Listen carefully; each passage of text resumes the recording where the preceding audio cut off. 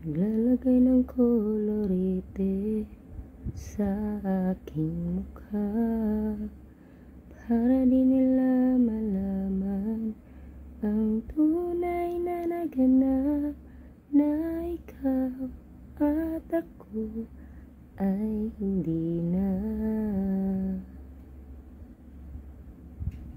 Hingin sa'yo pa ang mga ngiti para di halata.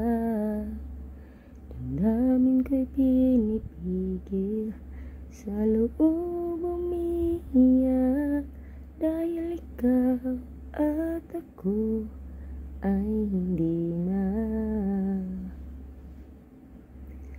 At ang hirap, magpapanggap pa ba ako na ako ay masaya, kahit ang totoo ay talagang wala.